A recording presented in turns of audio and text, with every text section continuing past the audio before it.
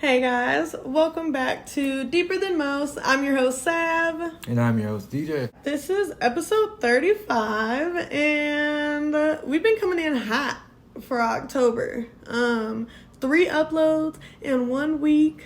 What more could you ask for? Let us Working hard, know. kid. Working hard. We've been grinding, for real. So, today's installment is an FNC installment, and this is part 16. Yeah, we're in Kansas today. Fucking Kansas. No place like home. And we're covering the case of Kelly Lynn Albright. Mm-hmm. And just to be clear, this case is just very graphic and tragic, and it's about a minor, to say the least. And it's just so horrific and sad. So if that's not your cup of tea, we've got a whole bunch of other episodes that you can tune into. But we just wanted to, get her story out, pretty much. For sure. Yeah, get this story out and just continue highlighting the most notorious crime. It's gonna be pretty. In each it's gonna be state. pretty interesting for me because I didn't even get an overview of this case or anything. So just like you guys, I am learning something new today. Yes, yeah. So it's going to be a learning experience for just about everybody. And we don't have a little bit of the dose of the most for today. There's really just not a lot in the news lately. I don't know what's going on. Things have been very quiet, very chill. But keep in mind we are in Mercury retrograde, so that's just enough as is. Shit's just been all over the place, to say the least. I don't know if you've been paying attention or if you've been listening or if you've been following Instagram. Or watching. But as you know, we are hosting a giveaway for the entire month of October. And it's pretty simple and easy to win. Well, enter.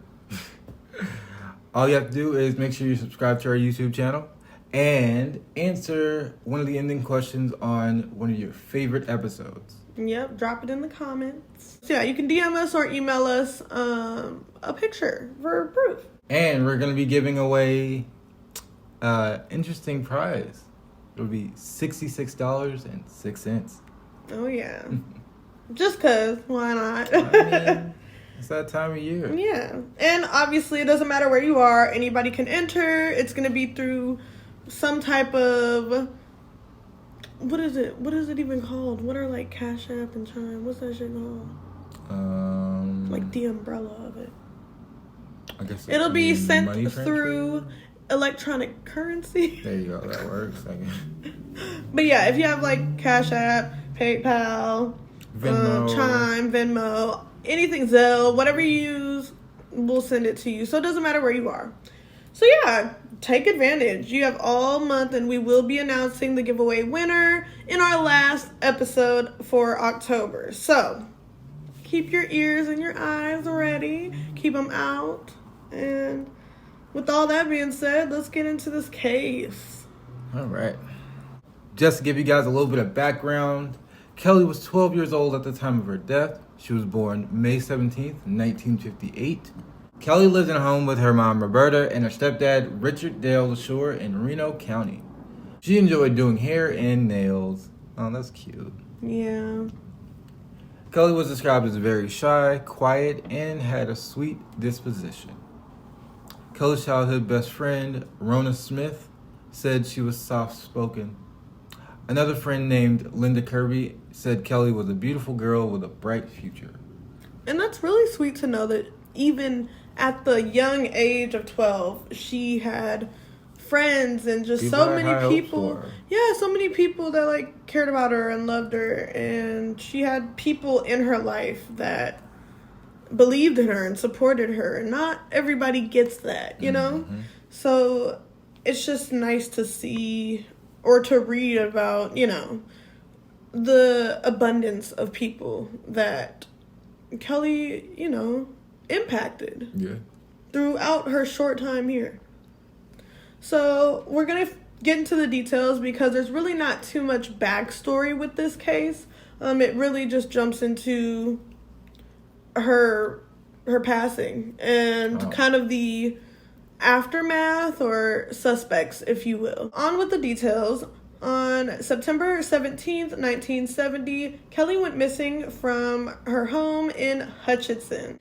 4 days later, she was found by a local farmer by the name of Calvin Troyer in town. Kelly was found in Sorghum Field, which wasn't too far from where she lived. She was nude, raped, and stabbed 18 times. Upon discovering that her daughter had passed, Kelly's mother offered to give Linda and Rona her daughter's clothes, and both of the girls did decline. Yeah, I'd decline too. I don't think I would want her clothes. And the fact that, like, these details are pretty fucking grim. Like, already. Stabbed 18 times. Yeah. And raped. Oh, no, the details get worse. Yeah, it's bad already. It's oof. So, the night Kelly disappeared, LeSure, which is her stepfather, Richard, told authorities that he and his wife, Roberta, which is Kelly's mom, were playing cards at his father's home, which was located near 30th and Halsted at the time Kelly went missing. In the home and sleeping in the same room were Kelly, her 13-year-old brother Brian, and 5-year-old half-sister Dean. Is it Dean or is it Danae? Or Danae. I don't know. According to police, there were no signs of forced entry anywhere at the home, and due to the lack of evidence, police were never able to conclude if her abductor was someone she knew or if it was just a crime of opportunity. But given, like, the details and kind of what people say, it doesn't seem like it was just a crime of opportunity. Right. Seems like it was calculated and probably planned. I could see that from what I've seen so far and what I've just read. I could see how it could be planned as opposed to just a crime just with of those opportunity. details alone, yeah. Okay, so we get into the main theory. Investigators believe that Kelly was taken from her home in the middle of the night. That night between 10:30 p.m. and 12:15 p.m., the suspected kidnapper stalked the home while Kelly and her siblings slept. That's fucking weird. As hell. That's why I'm not a fan of houses. Yeah, no. I like apartments because it's a collective. There's more than one target. Too many cherries to pick from. Yeah, exactly. So the odds of it being me are probably slimmer than like an individual house. Right. Because like you at that point, like you're watching someone's home, so you can pick out patterns and different time frames. It's an individual space. Like I don't know. With like a community or like an apartment, like you have the eyes of other people probably around, and that's a risk factor. If you're trying to do something bad, that's why would you even bother? So I feel like that's why people typically target houses in general, is because of that, and it's easier to stake them out. Fucking weird. Because it's a house. Yeah, you can distinguish a house. Like I said, you can pick out those different patterns and time frames and just go from there. Exactly. Even with the neighbors, like if they have neighbors, you can see when their neighbors aren't home or like see when they're, Yeah, literally stalkers. Yeah. Kelly was gone within 2 hours. Both parents claiming to have been gone during this time. While Roberta and Richard were out playing cards, there have been non-confirmed tips stating that Richard had separated himself from the initial location to buy more booze. And the home that they were playing cards at, which was Richard's dad's house, was allegedly very close by to where the family lived.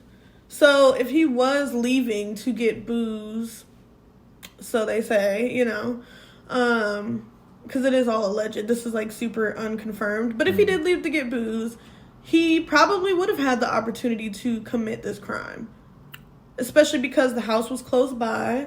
So he could have easily, shot over to the house, did what he had to do, taken her to the field because the field wasn't too far away either, and then still had time to get booze on the way back. If you think about it. Interesting. But I don't know. It's all speculation. Interesting. Yeah, no, definitely. However, with this inconsistency, even though Richard was immediately seen as a suspect in the kidnapping, he was quickly cleared by police. When farmer Calvin Troyer found Kelly, he remembered asking authorities a question out of shock, he stated. They turned her over and there were brown spots on her. So I asked them what they would be, and they said that it was with a knife, probably stabbed. Do you get the context of what he just said? What the fuck? When they turned her body over, so I'm assuming she was either face down or maybe on her back. I don't know. But they turned her over and they could see brown spots like all over her body. Right. And Calvin Troyer, the farmer who had found her, asked, what are these brown spots? Like, there's a whole bunch of them. What is it? And authorities told him that she was probably killed with a knife, probably stabbed, and that's where these brown spots would have came from. Which is just so horrifying and so, like, I don't know. So fucking heinous. Like, how? Why? A 12-year-old girl, like, why? Yeah, that's my biggest question. Fucking why? Like, she's 12 years old. It's just why? unnecessary. Stab her 18 times. So fucked up. Yeah, it's so fucked up. Calvin remembered that the condition of her body and the crime scene was brutal. Kelly's body was located on Avenue G, which was 5 miles east of Lorraine. Kelly was wearing red PJs that were found near the scene, and she was clutching onto a pillowcase. And I believe Lorraine is where the father's house is located. That's why that information matters, because 5 miles, that's like less than 10 minutes away. So, yeah. And the fact that she was clutching a pillowcase and her PJs were found near her, not on her, but near her. That's how they were, immediately able to tell that she had been assaulted, Right. So it was just a very gruesome thing to come across. Yeah, no, honestly. Like, that would be crazy. A nightmare. That would be terrifying to see. But, yeah. Before we get any further into the death of Kelly Lynn Albright, we are going to take a moment to thank our sponsors. If you haven't heard about Anchor, it's the easiest way to make a podcast. It's free and it's easy to use. There's creation tools that allow you to record and edit your podcast straight from your phone or computer, making it the best user experience around. Anchor will distribute your podcast for you so it can be heard on Spotify, Apple Podcasts, and many more, making it so you don't have to upload to each individual platform. And the best thing about it, you can make money straight from your podcast with no minimum listenership. It's everything you need to make a podcast in one place. So please, download the free Anchor app or go to Anchor FM to get started. And that's anchor.fm, spelled ANCHOR.FM. So what are you doing? Download the free Anchor app now. And we're back. Like a butt crack. Now we're going to look into some possible suspects. And both of them are pretty damning. So, it's just, I don't know. I hate when shit like this happens. Especially when there's more possibilities than one. It's like, damn, you can't even narrow it down because both of these seem pretty plausible. I hate when shit makes sense because then nothing makes sense. Exactly. So we're going to start with the stepdad, Richard Dale LaSure. Police first suspected Richard to be involved mainly due to the alibi of him and Kelly's mother, but in part due to his sketchy past. That's tough though. Well, I mean, it's only tough because a lot of people that do have, maybe sketchy past always get a bad rap. They're probably going to be the first people to be looked at, XYZ. But, Yeah, but for good reason. Yeah, no, not saying like it's typically a bad the ones thing. with the sketchy past, like, they do need to be checked out. Not saying it's a bad thing at all, but I'm just saying, Yeah. So, no details have been shared on this accusation, but allegedly Richard had almost killed a man named Chester Horse. And there's literally like no details of when, who the man is, how old, why, how. Yeah. Nothing. So it's all speculation, but the fact that it's even a rumor or a thought or a suggestion should raise an eyebrow. Because you don't just go around with, reputations like that, unless there's good reason for it, A 15-year-old, Rebecca Grimm, claimed that Richard tried to abduct her before as well. So, he's accused of killing people. He's accused of abducting 15-year-old girls. Not looking good, buddy. Yeah, very Not sketchy. good. Right. And these are all accusations, and there's no concrete evidence with any of this. So, but the fact that there's speculation, yeah, speculation sometimes that's enough. That's enough, yeah. Because it's like I said, when shit makes sense, it makes sense. Other shit don't make sense. And kind of interesting for a minor and abduction to be a part of his past, as well as murder. Right. And but that's the whole exactly. Yep. Literally that is the case of Kelly Lynn Albright, Richard. Yeah, it's just a little suspect. So when speaking to authorities, Richard highlighted that he felt guilty for not being home that night. It is also unconfirmed that Roberta had reached out to Kelly's biological father asking if Kelly could live with him prior to Kelly's passing. And this was because Richard was getting, quote-unquote, too friendly with Kelly, which was a huge red flag for Kelly's father. As it should be. Because that right there, that's the cutoff. Yeah, that's just so suspect. Is it not? Yeah, that's crazy. What does she mean by too friendly? Clearly she knew that he was capable of something. Right. Or she knew that, that he had something about an urge, just whatever. Just being inappropriate with a child, literally. Look at her XYZ type stuff. The way he would look at her, anything. She knew something was off. Mm-hmm. And that right there is enough, if you ask me. So, yeah. The stepdad. Our next suspect is the trusted adult, and they go by the name Glenn Davis. Glenn was a family friend and was married to Joan Mendenhall. The day Kelly went missing, a neighbor claimed to have seen his car near or around Kelly's home. Which is suspect as hell. Yeah, no. Because why? Especially if you're uninvited. Right, because why are you creeping around that? It would have been different if they were expecting him to come over that day. Right. But that was never disclosed. Exactly.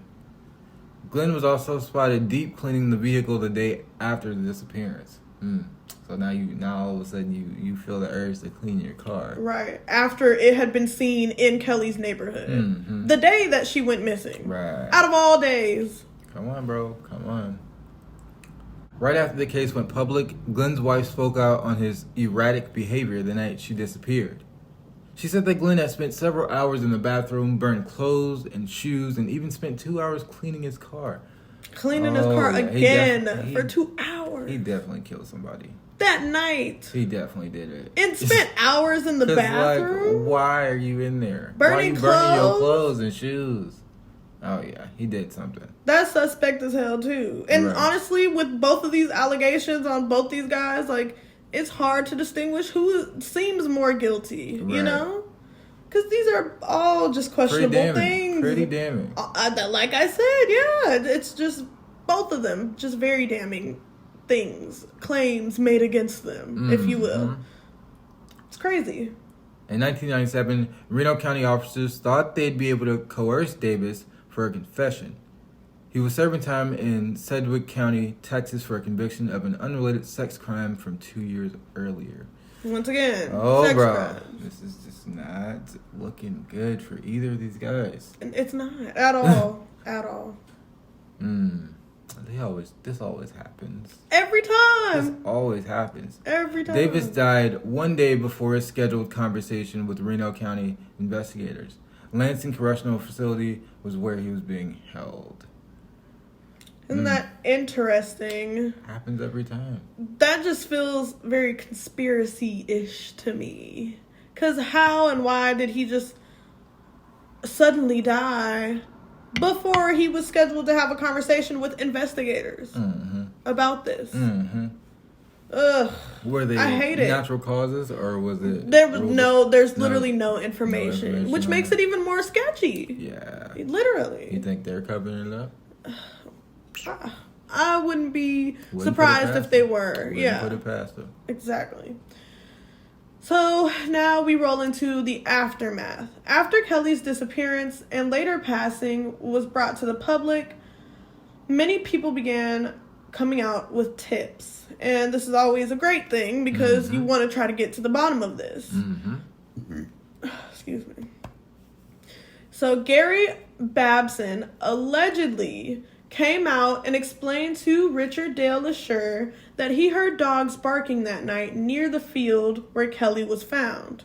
So, kind of alluding to, obviously, you know, dogs freak out when they hear commotion or somebody's getting attacked. Trespassing. Or exactly. Yep. So, it wouldn't be too far-fetched to think that whoever abducted Kelly that night took her into the field alive and assaulted and attacked her in the field. Right. And killed her in the field. Because why else would the dogs be, like, freaking out? I'm sure she was probably screaming. Like, you never know. And I'm sure it wasn't quiet. So, and even if it was, dogs hear everything. No fucking way. So, that's kind of what he was alluding to when he told Richard. It was like, I heard some dogs barking, near the field that same night. So, I wonder if, right. Just kind of raising an eyebrow to the idea. However, Gary denies telling these details to Kelly's stepdad. So somebody came out and said that this is what Gary told Richard. But when Gary was later questioned about this statement to Richard, he denied. He probably said that shit. Just denied. Lied and denied.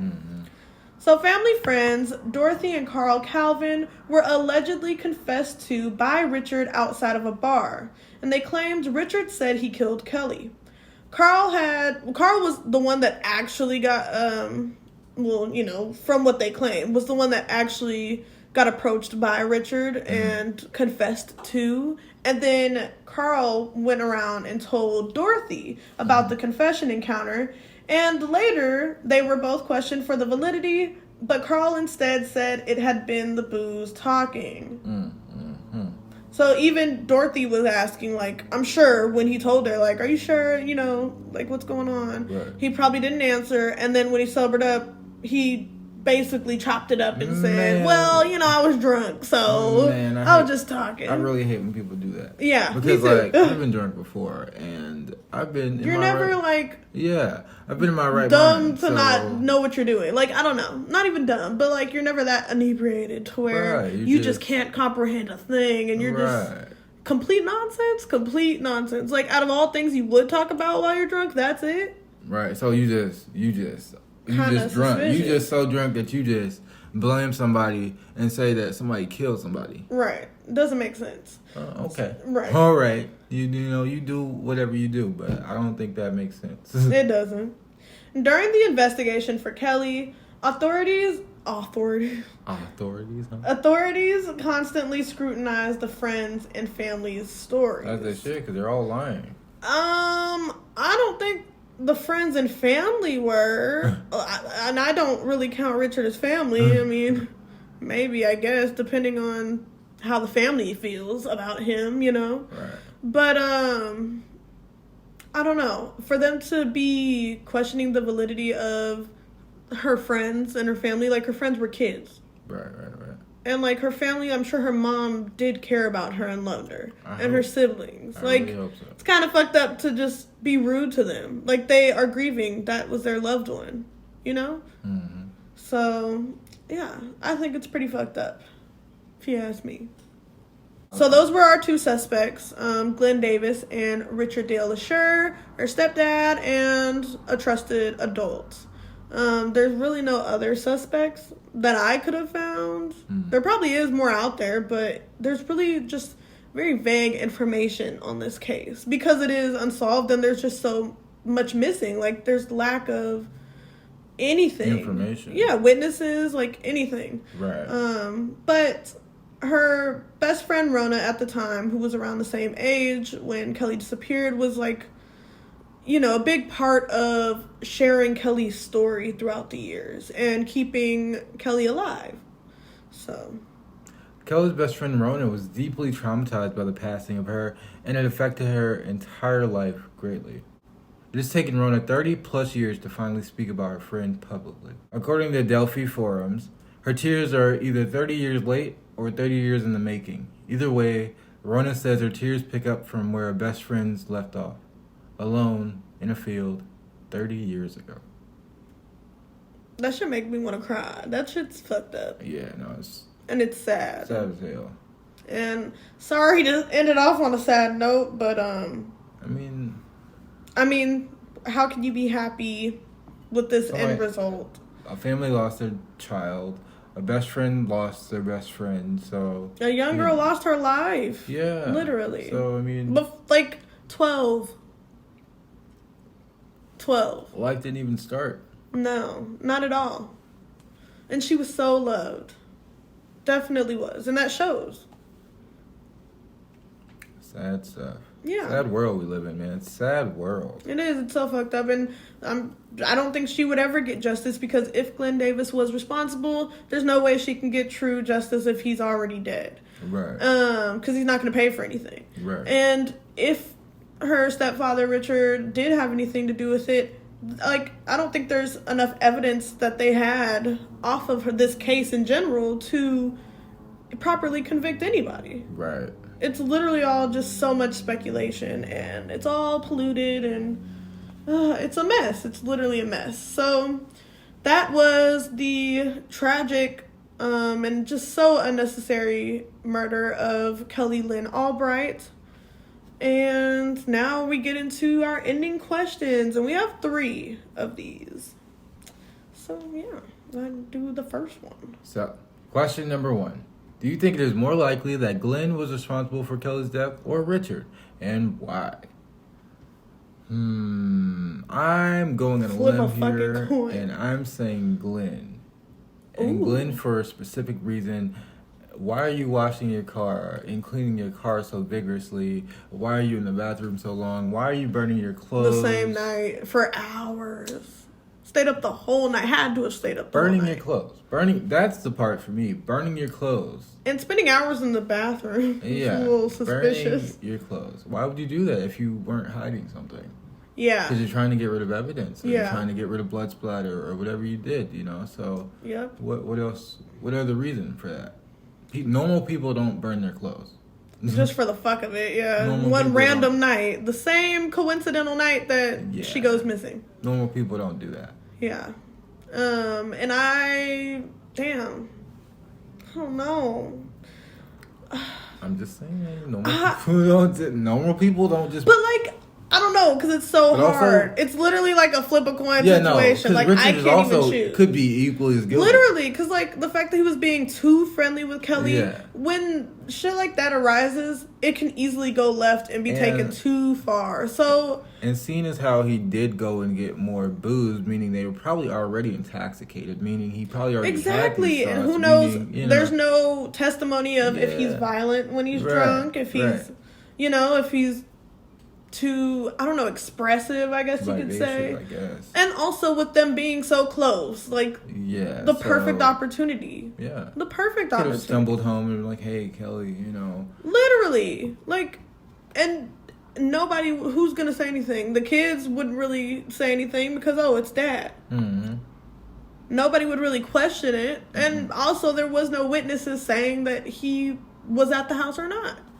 But also with all that shit on Glenn, I can agree that it seems more plausible, because why was his car lurking around that day? Literally, why are you the same frantically- night he's doing all that erratic ass shit? Just frantically cleaning your car Yeah. for 2 hours. Why? And then also, you were convicted for a sex crime, so clearly it's in you. Exactly. And you were a trusted adult, so she would have trusted you. Exactly. So yeah, Could have easily taken the I guess it could have been Glenn, honestly. Right. It's more likely. Our second question is, what is one thing that was odd to you in this whole investigation and case? I think the odd thing for me was turning on the family and completely trying to question all of them and their Choices and decisions. So yeah, I think that was the most odd thing for me, because like, why not the 2 sex offenders? Right. The 2 fucking suspects, yeah. One thing that was odd to me definitely is Glenn Davis dying the day before the scheduled interview with investigators. That is very suspicious to me. And it's giving me conspiracy vibes. And especially because there's no details about how, why, when. Sounds a lot like Mr. Epstein, but that's another story. Literally nothing. Yeah, that's like a whole episode on its own. Mm-hmm. But yeah, that was very odd to me. I don't know. What if he's not actually dead?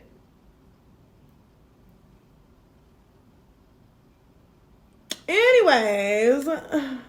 So, question number 3. Do you think it is still possible that this could have been a random attack of opportunity? Even given... Yeah, given all the context and all the information, do you still think there's a possibility that this could have been random? Even with the 2 suspects? Could have been an attack of opportunity. Yes and no.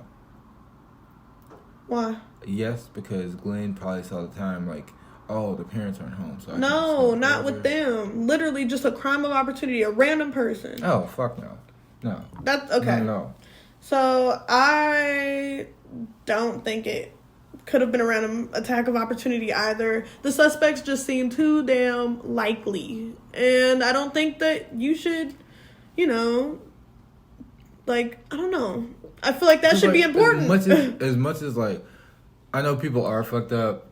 Randomly, like, normal everyday people don't just think, oh, I'm going to go into this house and I'm going to assault this 12-year-old child. And then leave the 3 unharmed and unscathed. Yeah, like she's the and only get away one. scot-free and like she's the only one that I'm yeah.